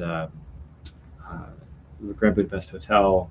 It was Anderson. He used 1 point perspective deliberately. Yeah, if you it's look all at 1 point perspective. Yeah. Yeah, if you look at a bunch of his movies, it's all just 1 point perspective because it communicates that specific idea. Yeah, I think he wants to mimic stage play. So the reason why 3 point perspective and fisheye perspective wasn't really known in art before the 1950s, I would say. Right. Is because people used to watch stage plays in theater. And when they went to watch stage play in theater, it is a 1 point perspective because you're looking at the stage. And I think that's what art was trying to mimic. That's like you're watching a play. Right. That's why most art was 1 point and 2 point perspective, because it was mimicking their entertainment at the time, which was theater stage play. And when movies came along and we could put cameras in weird and different positions, then art started to reflect. I mean, they both went hand in hand with the invention of the camera. So I think with the invention of the camera, like now we can have a top-down view. Now you can look up at something because we're used to that from theater and from cinema, while theater stayed at 1 point perspective. But having said that, like I said, distorting anything is easier. The hardest thing is actually the theater play because it has to have nice silhouettes. It has to be clear acting. There's no close-ups. Like you have to convey emotions in a full body, and you have to have the proportions very accurately. That's why people, as a child, studying arts, I always thought drawing just a figure in your sketchbook, just a figure standing, like this. I actually have it here. Here, just a figure standing. This is the hardest thing you can do because there's no cheating. There's no perspective. It's like you're standing right in front of her. Right. Well, I don't like her face too much, but I think the body is kind of nice. It's a nice drawing. But I might redo that for the book. Well, but this is the hardest but if I were to fisheye her, and I could start going crazy, and then whatever mistake I'm doing, you'll be like, oh, it's a fisheye. My eye buys this. But if there's no context, this is the hardest thing you can do. So whenever people start drawing characters without a context, that is the hardest thing you can do. Yeah, well, I think sometimes people think just because you have more vanishing points or more, it's just a more complex perspective, then it's a better piece of art. But just because it's 1 point versus 2 point versus 3 point, 1 point can be. There's a lot of sugar in it, but this is the meat. Right. These are the vegetables. Totally. Yeah. And you could tell great stories with just very simple ideas and very, simple perspectives. Like you don't necessarily have to draw on fisheye for it to be useful for illustration or, like animation or any of that kind of stuff. No, rarely in animation you do fisheye. Rarely. Yeah. Unless you want something very specific. Most thing in animation is 2 point and 3 point. Yeah. A 1 point? Yeah, sure. But as long as you know where your horizon line is. Actually, as an animator, you don't need to care that much about perspective. I wouldn't say the only thing you need to know is where's your horizon line. If you know that you're looking down at it and up, and as long as you sort of obey how far you're down or up from the horizon line. I mean, what I said is wrong. You need to know perspective. But it's not like you need to start drawing buildings and shit. Right. Sorry. Oh God, I was so close to not swearing. You get one. I get one. Stephen, save me. Bleep it out. So what was I saying? Yes, you need to know how far you're down and up so that you know that your character you're looking up at it or down. But you don't need to start like, oh, the building goes this way, so the arm, because no, our arm can go any way at once. Right. Like it's like every little movement is another vanishing point. So you don't really bother about it. What I usually do with figures is I just I like talking. I like drawing more because talking about art is like breakdancing about pouring concrete or something. Yeah. It's like completely different art forms. I am going to sleep. You should. Sleep is important. So for instance, I'm just going to draw a character. I'll draw a mannequin because it's like elsewhere here for another 30 minutes of having a cool character. Just so here, you see me draw these shapes in one another, kind of looking down at it.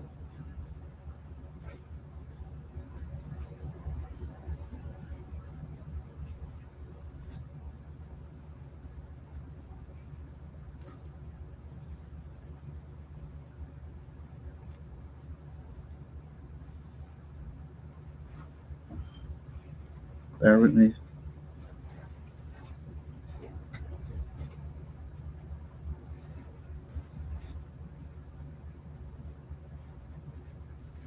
There's some overlap. Always try to find overlaps for some depth.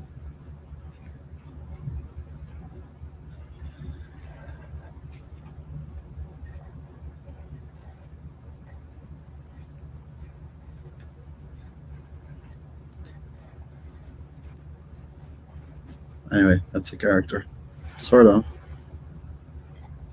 By the way, again, this mannequin stuff. If you want to learn more about that, that's more in the first course. I don't really go over that in the perspective course. The ultimate sketching course. That's the one. But right now, this is kind of like just a character that we're slightly looking down upon. I kind of know that the horizon line is sort of here, right? It's way above. So that's what I knew. That's what I was going for. But right now, you can sort of just do anything you want with it. Like if I want to go fisheye, you can give the illusion of a fisheye by having that spiral grid. And now I can just do this, like make it stand on something that feel. And if you draw the context around it, Christian, because you're here, but if I start drawing a context around it that implies a fisheye, then you will start believing that this character is in fact in a fisheye. Probably the horizon is more, but anyway, it doesn't matter, right? Because it's fisheye.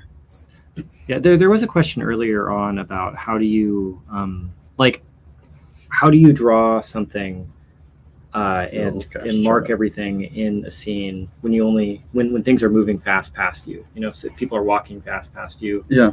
You know, things are. I remember a gesture, like so usually if somebody walks past me, like what I try to do is like as fast as possible with a slide.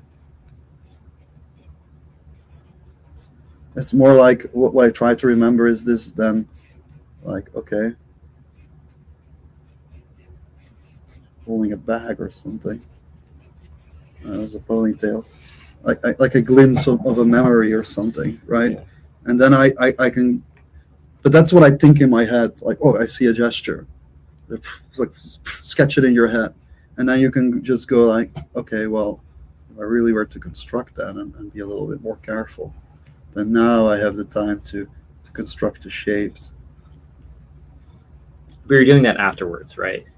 So it's like you'll get the quick gesture or something, so to sort of get the placement within the perspective of the grid or the context of the grid, and then you'll go through and sort of with your memorized knowledge in your visual library, you'll like make the face, you know, and draw half. Well, usually faces I just draw from imagination, like because like everybody has their own sort of, you know, right. Like what I always draw when I sign something really quick.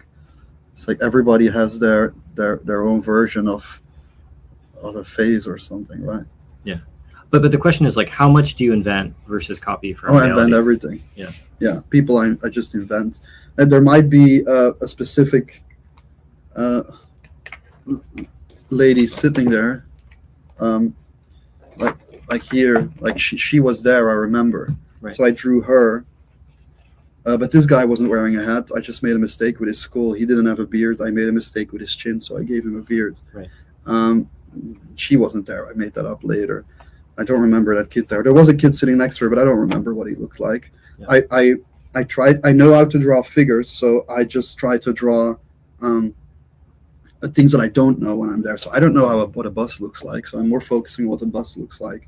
And later on, I know that I can just fill it in with people anyway, like these kids in the back. Right. Like him on his phone. Like, it's just, yeah. And but you're mostly going off the impression of it. Yeah. Right? Yeah. Then the feeling of it. Like you're inventing things. It's more about the feeling. But here I did was looking at, okay, how does that work? How does that little, like something stupid as this on the bottom, I drew that on the spot. Because it's some sort of reinforcement for that chair. I don't know how to, like, I could never draw that from imagination. I do know that I can draw all these people from imagination because of the experience that I've drawn before. Well, it feels almost like improv, you know? It's like it kind of is, the yes hand. It's like, oh, well, I'm drawing this bench on this bus. It needs some support. I don't know exactly what it looked like, but I'm just going to flub what I think a support might look like. Yeah. You know? No, exactly. Yeah. And very good. No, any more questions? Yeah, there's a whole bunch. Imagine you're drawing with your right hand and there's a mirror in front of you. Look up and see that your reflection is also drawing. What? See, my stomach is starting. You hear it? I do, yeah. Yeah, that's what I said at the start. I should eat something. Remember, we need more copies of your book. Oh, yeah. Well, there's available at Liber Distri. They're still in stock. I think there's but I'm working on my new book, which hopefully will be finished by the end of the year. Hopefully. Yeah. Depends on how much freelance I take on. Trashy Trav asks, wanting to work on my own comics, assuming this course would be great for someone struggling with placing dynamic figures in perspective. Yeah, I think it's good for that. Yeah, it's totally. Like it comes from a storyboard background, but comics and storyboard are very, very similar. Yeah. Again, if I were to at least from my perspective, from your perspective, from my perspective, if I were to say my opinion on the difference between the ultimate sketching course versus the practical perspective course, the ultimate sketching course is more focused on the minutia of trying to make figures and characters look believable, whereas this is all about placement and trying to make sure things look like contextual altogether. Yeah. Yeah. Let's see. Let's get a couple more. Yeah. I just got here. Is the horizon line ever curved? I always figured that you curve. You can, yeah. No, actually, no. Well, you can, but no. You can, but it would, you know. Yeah, you can do anything. Sure. Yeah. It makes it harder, right? No. Wait. No. Yeah. No, you can't. Your horizon line is always straight. Yeah. I know what you're trying to say. No, it's okay. I can do it on this one. Or let's do a cleaner one. Okay, yeah. Do you want to waste an entire new paper for this? It's not my paper. Okay. Like, this is nice paper. No, I want to say this is nice paper. Okay. Because I'm just explaining something quick.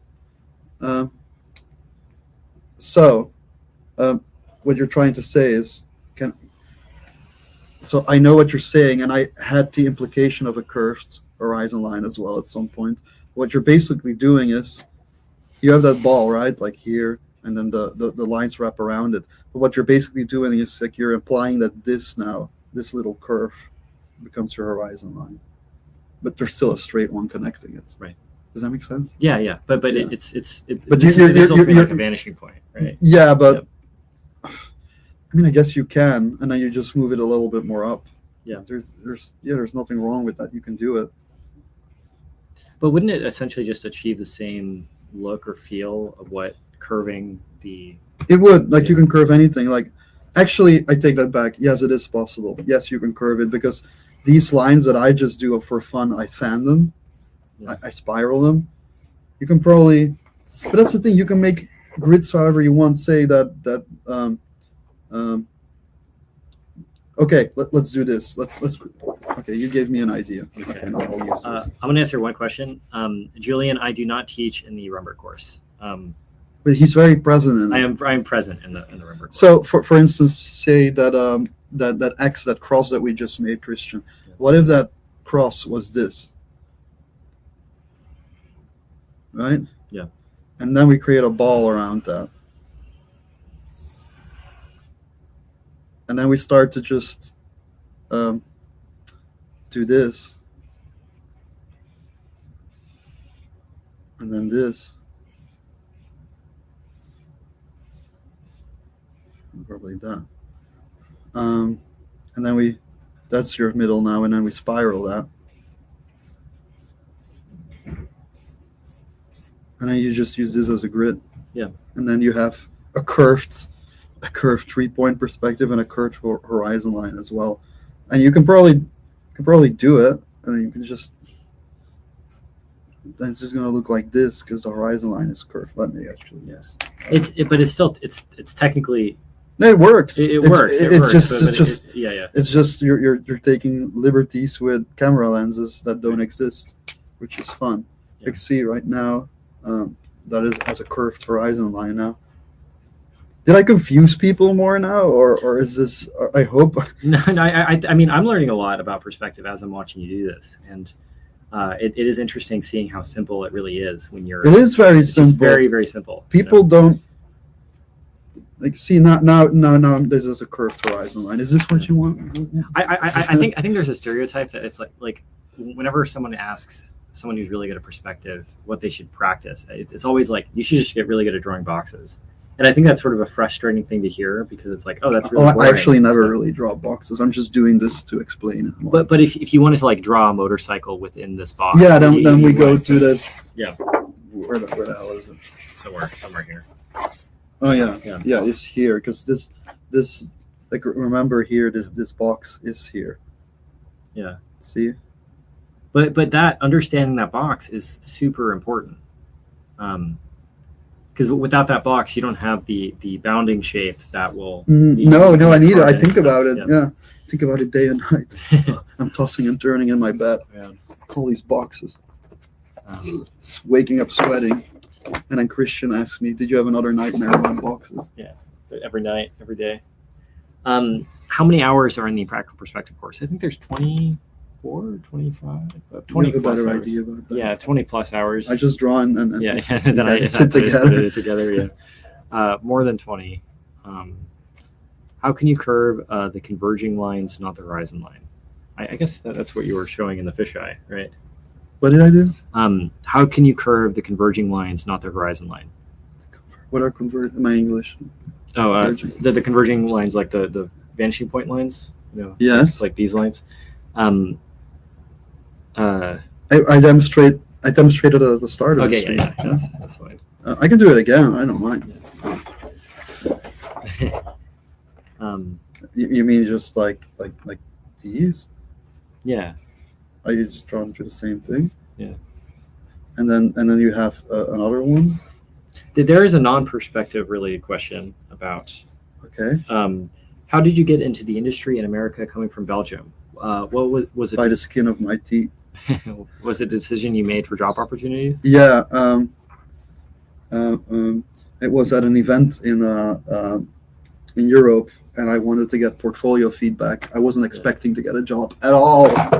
I didn't feel ready. I just wanted to have feedback from a person called Ryan Woodward, who I deeply appreciate for taking a risk with me. And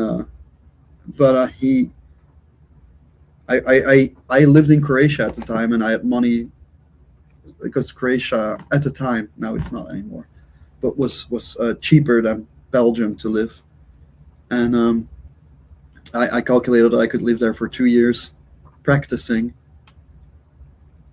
And I was like 6, 7, 8 months in, and I just wanted feedback from Ryan Woodward because he was going to speak at that event, and I wanted to have his feedback because I admire his work so much. And basically I showed him my work and told him a sappy story, which was honest, because I wasn't expecting to get hired. So I was like, I might as well emotionally open up with him. And he appreciated that. And he offered me a job at Riot Games in LA. Yeah. Thank you, Ryan. Can you do this? What is this? Nothing. But I mean, it seems like with was a name dropping too much? I was just thanking Ryan. It's a meme. Oh, really? What is it? Oh, 6, 7. I don't know. But so I mean, it seems like you would say you're still learning stuff about perspective. Yes. Today, right? Like you were saying that even a couple of years ago you felt like you're much better than you are. You're much better. I'm much better than I like that. Yeah. It's like I feel every. That's a cool thing about something. It doesn't have to be art per se, but anything that has an infinite skill ceiling, Yeah. like you can just keep improving it and keep finding something new, and it gives you a purpose in life, and it gives you like a golden thread through life. If you've always drawn in life, like to me, drawing or playing guitar reminds me of my childhood, and when I feel sad Yeah. and depressed, I know when I grab a pencil or something to draw with, when I'm the act of drawing, it reminds me of my childhood, and it grounds me. Yeah. Well, that was a lot of like very therapeutical, emotional. Yeah. I mean, but like finding it, like everyone wants to get validated and find a job in art, but it seems like you're always learning. You're always trying to progress. You just try to get as good as you can, and try to do the best that you can, and then eventually, like things might happen. I'm not thinking about being best. Like, of course, I want it to be good, but I find the more actually funny when I started drawing, like even at 10% in. And I know, wow, this is such a great start. This is going to be a good drawing. It will be a good drawing. Yeah. But I don't know if it is because it is a good start, or I just believe it will be a good drawing. Right. Yeah. Well, it's a mindset. I think if you believe you're going to do a bad drawing, you're more likely to do a bad drawing. No, I had instances as well where like this effing sucks. And then it's like, oh, wait. And then instead of giving up, like I used to do that a lot when a drawing didn't work out earlier on, I just throw it and I start again. Yeah. But sometimes you might discover something. That's why I like permanent media, because then you got to come up with creative solutions to mistakes. Yeah. Like draw a Black Panther in front of it. Maybe you can start practicing your Black Panthers. Well, for every mistake you make. Yeah, every time you see a Black Panther in Kim Young-ji? Yeah, or in my drawing? Oh, yes, it is a mistake. Yeah. But same with Kim Young-ji. Like every time you see a girl with a huge afro, with a huge afro, or just like a black shape or something, now looking at his sketchbooks, I'm like, oh, I know what he was doing there. Okay. Well, the point of all this stuff is to show that anyone can do it.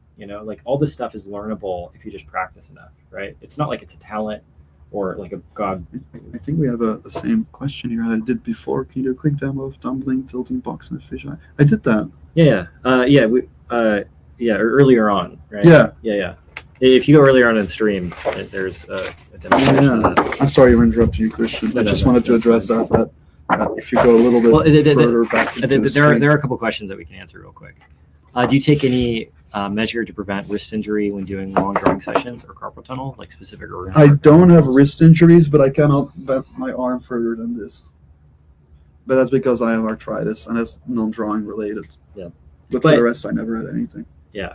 I guess it's like the only thing you do is just rest. Because you can't injure yourself. It's not about rest. It's just like, just physically cannot bend my arm further. It doesn't hurt. It's just I cannot. But have you injured yourself drawing ever? No. Okay. Yeah. I'm curious, can someone become an artist without going to art school or college? Oh, totally. Absolutely. 100%. Buy these courses. Yeah. Well, so that Christian can buy his boat. I don't want to sound, like too much of a salesman for this stuff, but I do think that like if you were to be teaching at Art Center, you'd be teaching the same exact curriculum, Yeah. And it would cost exponentially more money, and you wouldn't have access to it after the 10 weeks and stuff. If you just practice the skills of drawing, you will get better at it. And over time, if you learn these skills and try to be humble about it and eat your art vegetables, eventually you will. Well, the vegetables is just anatomy, perspective, proportions. Proportions is the hardest. But proportions is very, very difficult. Yeah. It's like the hot Rembert shirt says, guess what? We'll need to guess to buy the. Yeah, I don't know. This is an old shirt. I should have. Some designer thing. I don't know where this is from. When drawing a scene in your sketchbook or paper, how do I draw what I see in front of me and also include my hands and feet? Does that have 3 vanishing points? Drawing a scene in your sketchbook, draw what I see in front of me. Like, how do you draw from your perspective? Oh, you mean if I were to do this? Like, I would just start.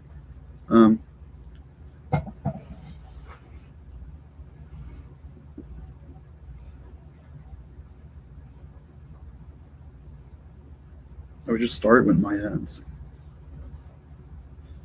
Like, brace yourself for this, for Sharpie drawings. Someone also asks, you only draw in the tripod position versus the overhand position? What is a tripod? Like, tripod is like the way you're drawing right now, whereas the overhand is like with your shoulder. I don't understand. This is tripod. This is overhand. If you're gonna do this sort of thing.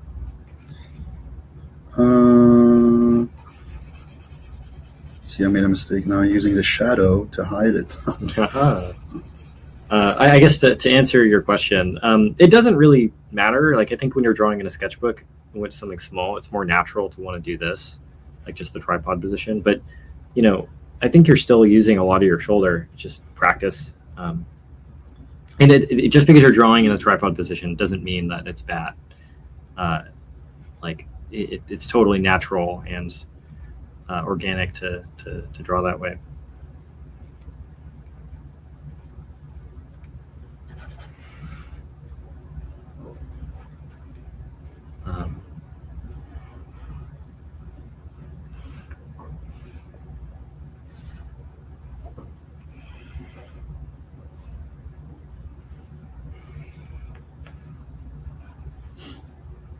Okay, now you can guess. Now you can guess. Yes. Can I have this green? Sharpies are good. I have a metal Sharpie that can be refilled with new cartridges. Oh, that's cool. That's very neat. Love the Hot Ones challenge you did with Marshall. I'm glad we did that. If there's interest in that, we will keep doing it. Does Rembert speak Croatian? Da. No. I can speak Croatian to a dog. Hvala. Burzo, idemo. I know in Dubrovnik they say idemo, but in Zagreb they say idemo. Yeah. Faka da. What? Faka da. What does that This mean? means like absolutely yes. Okay, yeah, of course. But It sounds like something else. But, I know. is that a brush pen, and how the heck does it have green ink? It is just a green Brush brush pen. pen. I think you could just buy them You can on. buy them on Amazon. Um, So for instance, right now I drew myself. Is he impressed with my knowledge of Croatian slang? let's see. Brush pens aren't allowed to do that. I think that they have them in a bunch of colors, like red and blue. Yeah. How do you keep two identical objects in different rotations proportioned? What? Can you repeat that? How do you keep two identical objects in different proportions, in different rotations proportioned? So if you have a box here and then a box next to it that's in a different.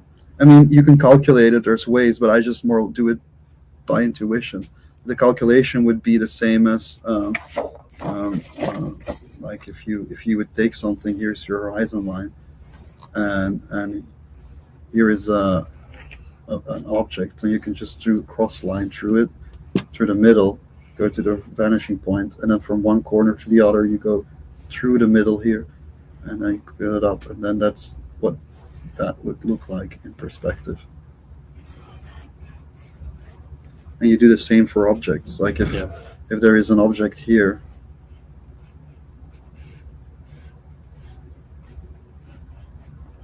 then you can do the same. I mean, you need to know the other vanishing point, so make one.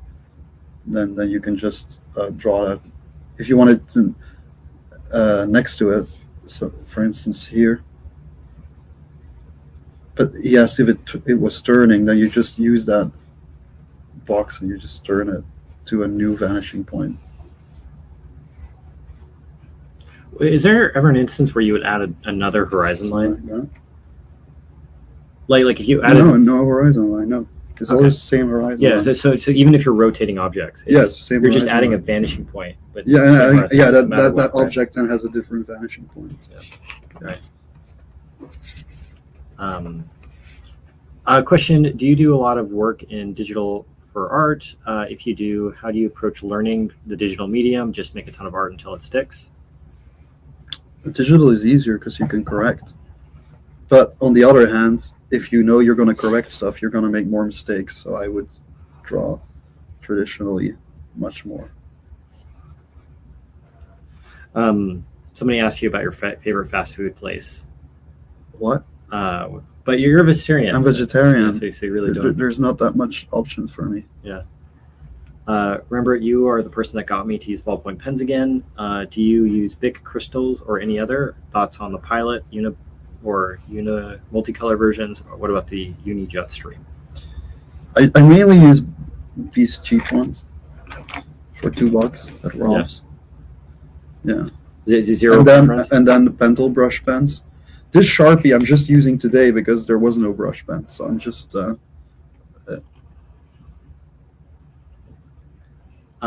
Question: is sketching people in public as educational as life drawing classes?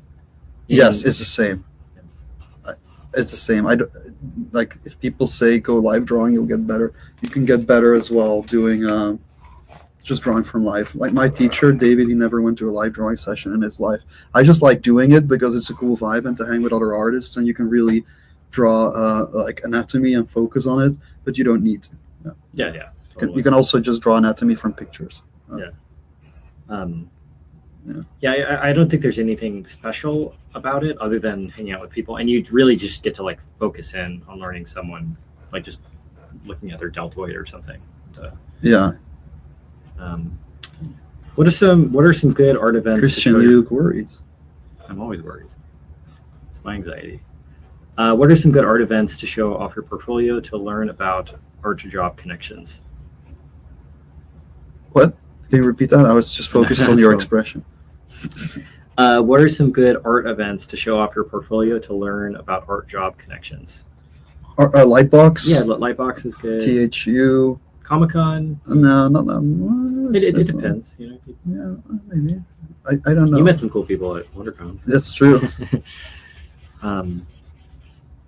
Did Rembert learn to do all of this through books, courses, school, etc., or did he just learn most of? I had a private teacher for the most. Especially for drawing. When making the course, did he have to learn how to explain it? No, because I teach a lot. I've been teaching even in Croatia. I had a live drawing. Yeah. I think a lot of this stuff is just like intentional practice. You know, it's like you could spend a lot of time hitting your head against the wall of this stuff if you're not practicing the right things. And, it's important to like know what you want to do first. I'm still answering the question of like how do I draw myself in here. Wouldn't a vertically rotated object vanish to a vertical horizon line, and then if you rotate that horizontally, would it create another converging point? My head hurts. What are these questions? I studied art, not smart. Well, I guess you don't have to know how to talk good to draw good. I think it's like, so if you were to go back to a rotated object and turn it like that, how would that work with an existing horizon line? If you what was that? So if right here. Yes. If you were to, so these are going, I guess you would add a third point. That would be 3-point perspective. If there's another one? Yeah, so if you wanted to rotate it like that. Yes. Like instead of it going directly up like that, you wanted to go that way instead. Yes. That would be just a third vanishing point. If there's another one? Yeah, instead of. I mean, if you just mean if I would do a third box that is, so like I would just put two new.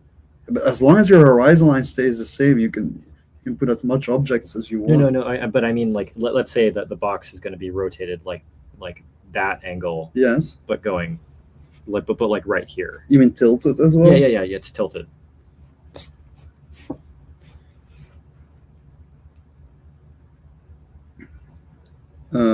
It's like people going upstairs. I guess you do need a new horizon line then. Yeah. Is he just testing me if I know this stuff? It's like when you're going up. It's like when you're going up a stairs, right? And there's a person here. Like these stairs have their own vanishing point because they're tilted. Right. Yes, in that instance, yes, for that object, it does have a new horizon line, but you still need to know in that one you get a new vanishing point because that one is actually, I would more look at that as a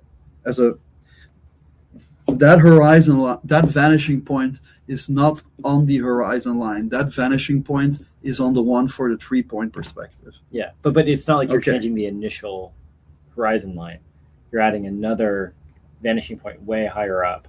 on Sure. the other one. So if you always have this one, like if we go about the fisheye, you have this, right? And here is where your 3-point perspective goes, and then here is where your other two go. And if you have stairs, ideally, then you have to do them like on this line. Well, you don't have to. Right. It's just when an object is tilted, then I guess it gets a new horizon line. Okay, I'll take that back. Yeah. So the horizon line does change sometimes. It does, but like for tilted objects and stuff. But you know what? When I draw that from life, I don't think about that stuff. I just tilt it by intuition. But that is what happens. But it's what I'm trying to say is it's not smart to try and think about all these different horizon lines and vanishing points. As long as you know, is it above me or below the horizon line? Do I see its top plane or its bottom plane? I think that is way more important than trying to be very anal about industrial design and when something is tilted or not. Yeah. Like this is tilted right now. Like this is a tilted object. Was I just thinking about, oh, that needs a different horizon line in this fisheye? No, I'm not thinking about that. I'm just trying to draw it and make it feel right. Yeah. Well, and again, it's like so much of this stuff is just based off like the practical nature of like if you're going to go out and sketch, you really don't need any of that kind of stuff. Right. What? That's really helpful tip on the pinky use. Pinky. Huh? I don't know. Oh, my pink. Yeah. Oh, I didn't even talk about that. When you do that. Yeah, I always drew like that. It's just so I don't smudge my. It's not for. It's not as much for resting my hand. It's just that I don't smudge with my. If you draw with ink and you do this, then you're smudge. Right. But this is like it keeps me hoovering. Yeah. See. Yeah. Your wrist is not touching the paper. Yeah. I didn't even think about that anymore. Let's see. What? There won't be a new horizon line. Well, all vanishing points are on the horizon line. Sure.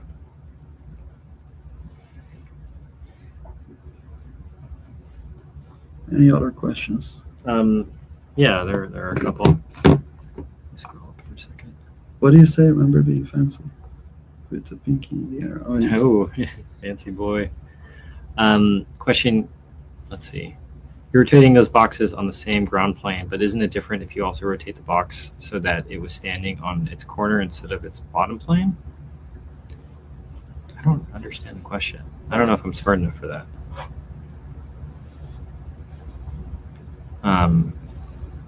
I guess the whole point of the whole course is that you really don't have to know every single little instance of what is happening in your image. I think if you like that stuff, you should go to Marshall's course. Yeah, I think Marshall's. Yeah, this course is not about that. This is about like me problem solving and doing crazy fisheye perspectives and sort of like getting the gist for storytelling. If you really want to get very anal about like all that little minutia, then yes, I think Marshall's course is better for you. That is if you want to do industrial design. What I draw is not industrial design. I just storyboard. Yeah. Well, and you did study architecture too. I did, but I don't like to think about that when I sketch. Yeah. I think it's like it's one of those things to where it's like it's valuable to know that sort of stuff in certain instances, but I think that in general, when drawing creatively, optimizing for autonomy and freedom is like in general a better thing to do if you're trying to draw creatively, at least. Like the stuff that you're doing, I mean, you're doing concept art and storyboard for games and all that kind of stuff. Yeah. But I'm sure if you were to go look at, Riot concept art or whatever, where it looks like there might be correct perspective, it's like correct Usually until not. it's broken. Well, you break stuff all the time artistically. If you wanted to be like an engineer, if you wanted to do like technical drafting for architecture or mechanical design, cars, all that kind of stuff, all this stuff is still important. But even then, there is a degree of creativity that happens in technical illustration because it's there for the design, and the 3D model is sort of there to make sure everything is more correct.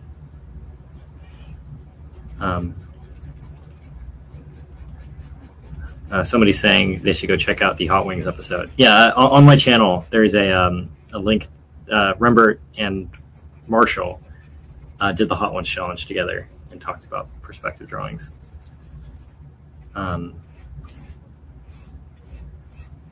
It's fine because between technical thinking and creative execution, got to figure out your own process on how to flow and be looser with your fundamentals. Yeah, for sure. Do people ever tell you you should do this for a living when you're drawing in public? Yes. And I tell them, thank you for the suggestion. Yeah.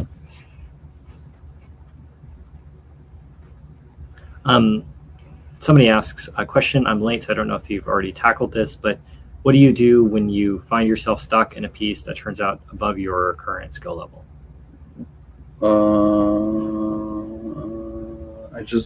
I have a couple of those. They're never finished. I finish them when I feel ready. Yeah. Which can sometimes be years. Do you use graphic design principles when you do concept art? Yes. But more in like shape design and contrast and stuff. Yeah. I'm still trying to answer the question of the person, how you draw yourself in there. So this is right now the room, and this is the Cintiq screen that Christian is on. And I'm trying to do it in the fisheye grid that I just established. Like, see, there's a toilet paper roll there. See?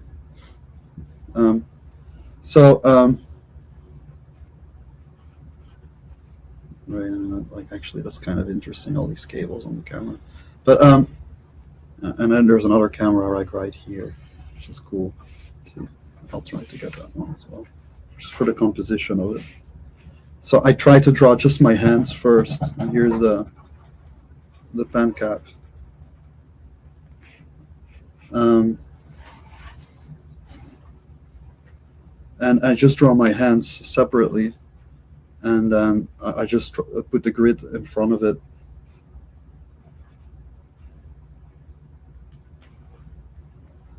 Right here, and here's some couple of pens laying around here. Just so you guys know, it has been 2 hours. It is 1:11 p.m. now.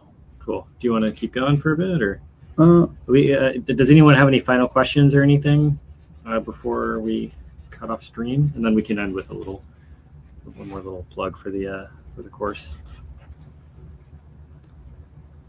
Here's like some wires. Shout out to Chris for helping doing great interviews with amazing artists, and Montald for teaching these incredible lessons. Thanks, Art by Doozy, Rosie. Any advice for telling the brain not to be perfect? I love sketching and I have a ton of things to learn, but large environments are complex to me at the moment. Tell your brain not to be perfect. Just don't try to focus on the end result. I think when you do that, you freeze up. Just try to have fun. Fun is like, I mean, it can be stressful if you're starting out, but just try to do your best. But don't put the whole world on you that if it fails. I want to work in video game concept art. Should I produce a portfolio exclusively of character turnarounds if I want to do character design, or exclusively props if I'm interested in prop design?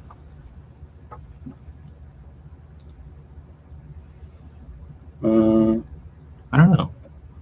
I think it's good to do a lot of things. Like I'm a concept artist sometimes I'm just also an animator, an illustrator, a VFX artist. Yeah, so it can go.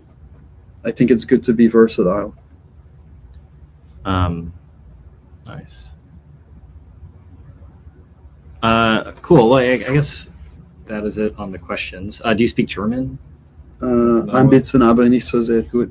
Ich habe das in die Schule gelehrt. See, he does speak German. But yeah, so I guess, yeah, thanks everybody for joining. We all really appreciate you. If you'd like to consider checking out Rembert's course on practical perspective, it will be linked down below in the description. It is 25% off for the month of pre-sale. If you purchase it during the month of pre-sale, you will also get a free ebook that will be for sale after the course launches, as well as a free spot to the audit seat portion of the workshop, which comes out to around $165 of free value. I'm going to put my marketing hat on. And the whole course is meant to break down Rembert's whole process and thought process on breaking down perspective to be as accessible as possible. So as you saw during the stream, like, not trying to use rulers or measuring or breaking your brain with really complex theories and, math to draw on perspective, just kind of going based off intuition and vibes to draw creatively. It is much more. I mean, I do draw a lot from intuition, so yeah, and that's why I wanted there to be a lot of drawings that you could see me actually draw and problem solve in real time, because sometimes I explain it better with a drawing than explaining it in person. Like any rule, if it's tilted or the things they turn, I know it. I can explain it better drawing than explaining it with words. Yeah. Because as I said, I think talking about art is like breakdancing about pouring concrete. It has nothing to do with one another, and it's a visual language. So yeah. Yeah, so much of it is intuitive and kind of feeling your way through it, and you really don't get that skill or that eye for knowing what's correct or feels good. Yeah, sometimes you got to break rules. Like I think when you really start learning stuff is when you start breaking stuff, and that's in my opinion. Yeah, when you start taking risks. If you're not taking risks, you're not being creative. So yeah, well, it's a good point to end. And again, everyone, you can see it down below right here. My brain's buggy. Proko.com/perspective. There. Nope, right there. that's Marshall's. If you go to Proko.com/. Not that one. Well, that one. Well, too. that one too. That one too. That Actually, I I would recommend that one. I'd recommend that one as well. But Proko.com/practical perspective. If you'd like to check out Rembert's course on perspective. Any final thoughts? No. I'm hungry. Okay, let's go eat. Thanks, everybody.